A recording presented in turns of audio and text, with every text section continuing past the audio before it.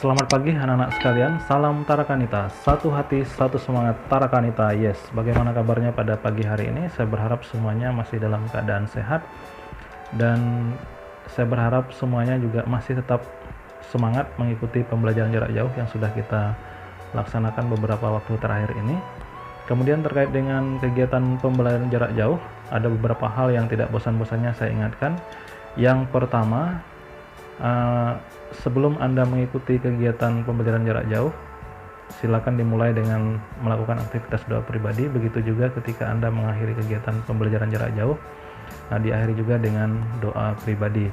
Kemudian yang kedua, mohon video materi pembelajaran yang saya sampaikan ini disimak dari menit pertama sampai dengan menit terakhir, agar tugas-tugas yang Anda kerjakan pada akhir pembelajaran itu sesuai dengan penjelasan yang saya sampaikan pada materi. Karena pada tugas-tugas sebelumnya ada beberapa siswa yang mengerjakan tugas itu tidak sesuai dengan materi yang saya sampaikan pada video, sehingga tidak mendapatkan nilai yang maksimal. Kemudian yang berikutnya, mohon semua materi yang saya sampaikan pada video ini dicatat pada buku catatan masing-masing sebagai dokumen. Kemudian yang berikutnya, tugas-tugas yang saya berikan pada akhir pembelajaran itu silahkan diketik di Microsoft Word, kemudian kirimkan kepada saya melalui Google Classroom. Dan bagi anak-anak yang tidak memiliki fasilitas laptop ataupun komputer, silahkan dikerjakan di buku tugas, kemudian difoto dan dikirimkan kepada saya melalui Google Classroom. Nah, itu saja hal-hal penting yang ingin saya sampaikan untuk mengawali kegiatan pembelajaran kita pada pagi hari ini. Selanjutnya silahkan anak-anak sekalian untuk menyimak dan mencatat materi yang akan saya sampaikan, dan mohon tugas yang saya berikan juga segera dikerjakan, setelah selesai segera dikumpulkan. Selamat menyaksikan.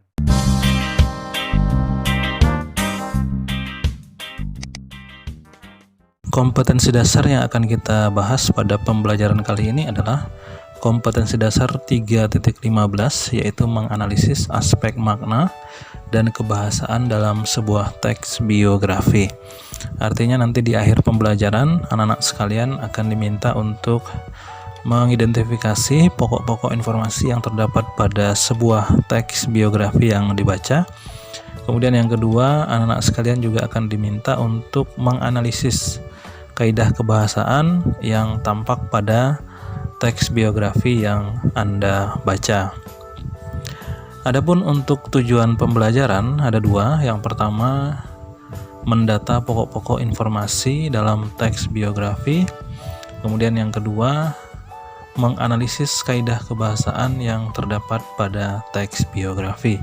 Itulah dua tujuan pembelajaran yang harus kita capai pada proses pembelajaran kali ini. Terkait dengan pokok-pokok informasi teks biografi, biasanya ketika kita diminta menemukan pokok-pokok informasi pada sebuah teks, maka kita akan membaca setiap paragraf yang terdapat pada teks tersebut. Mengapa demikian? Karena pokok informasi itu pasti ada dalam setiap paragraf. Nah, berdasarkan letak kalimat utamanya, paragraf itu ada tiga jenis. Yang pertama, paragraf deduktif, yang kedua induktif, dan yang ketiga campuran.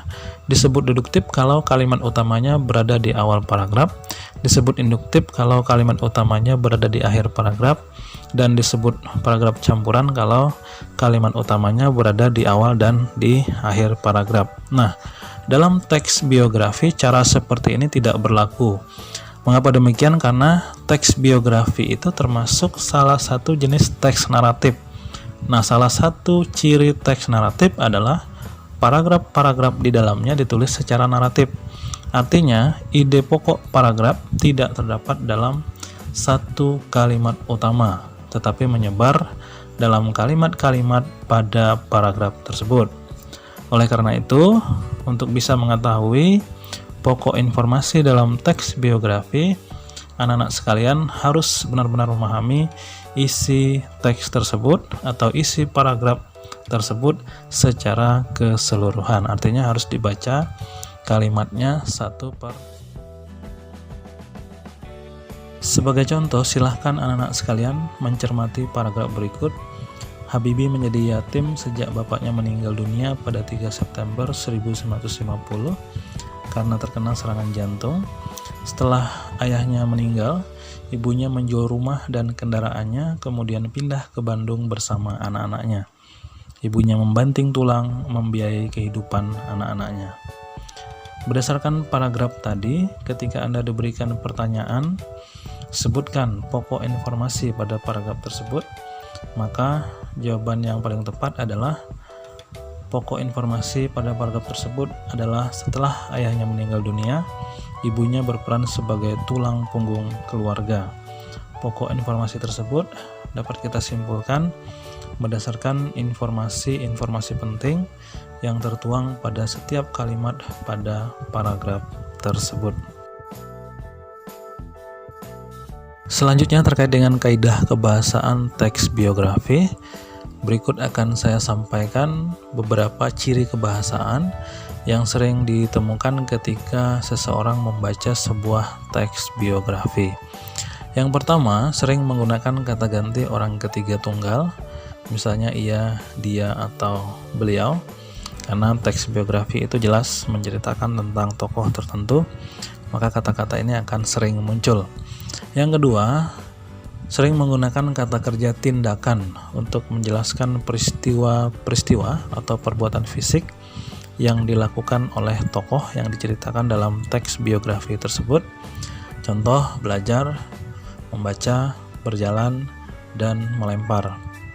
Kemudian yang ketiga, banyak menggunakan kata deskriptif. Kata deskriptif ini biasanya sering digunakan kata sifat ya, untuk memberikan informasi secara rinci tentang sifat-sifat atau karakter tokoh yang diceritakan. Contoh kata sifat untuk mendeskripsikan watak tokoh antara lain jenius, rajin, ulet. Dalam melakukan deskripsi, seringkali penggunaan kata sifat itu didahului oleh kata adalah ataupun kata merupakan. Yang selanjutnya, banyak menggunakan kata kerja pasif untuk menjelaskan peristiwa yang dialami tokoh sebagai subjek yang diceritakan. Contoh kata kerja pasif misalnya diberi, ditugaskan, atau dipilih. Kemudian yang selanjutnya, yang kelima, banyak menggunakan kata kerja mental dalam rangka penggambaran peran tokoh. Contoh, memahami, menyetujui, menginspirasi, ataupun mencintai. Kemudian ciri kebahasaan yang terakhir adalah banyak menggunakan kata sambung, kata depan, ataupun nomina yang berkenaan dengan urutan waktu.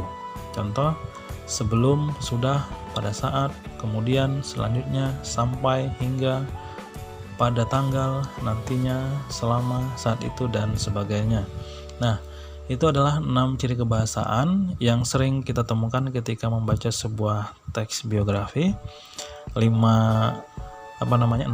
kaidah kebahasaan tersebut nanti juga saya minta Anda identifikasi pada teks biografi yang akan Anda baca selanjutnya. Demikian yang dapat saya jelaskan terkait dengan materi tentang pokok-pokok informasi dan kaidah kebahasaan dalam teks biografi. Semoga dapat dipahami dengan baik dan dapat diterapkan ketika Anda mengerjakan tugas yang saya berikan berikut ini. Tugas Anda adalah nomor 1, tentukan pokok informasi yang terdapat pada paragraf 1, 2, 3, 4, dan 5 teks biografi George Shah. Jadi yang Anda identifikasi hanya paragraf 1 sampai dengan 5. Kemudian tuliskan pokok informasi yang terdapat pada paragraf-paragraf tersebut sebagai jawaban. Yang nomor 2, analisislah kaidah kebahasaan yang terdapat pada teks biografi tersebut. Kemudian tuliskan satu kalimat yang mengandung A. Kata ganti orang ketiga tunggal, B. Kata kerja tindakan, C. Kata deskriptif, D. Kata kerja pasif, dan E. Kata kerja mental. Nah, silakan Anda identifikasi, cari kalimat yang mengandung ciri kebahasaan tersebut yang diminta, kemudian Anda ambil sebagai jawaban. Untuk jawabannya sendiri silahkan Anda tulis. Yang nomor 1 itu biasa dalam bentuk kalimat poin-poin saja, kalimat 1 sampai dengan kalimat 5 yang merupakan pokok-pokok informasi. dari 5 paragraf yang sudah saya tentukan tadi.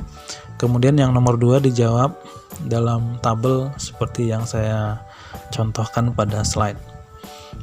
Kolom 1 nomor, kolom 2 itu kata gantinya, kemudian kolom ketiga itu Anda menuliskan kalimat yang mengandung kata ganti, misalnya ya yang nomor 1. Begitu juga nomor 2, nomor 3, nomor 4, dan nomor 5. Demikian tugas yang harus Anda kerjakan. Selamat mengerjakan.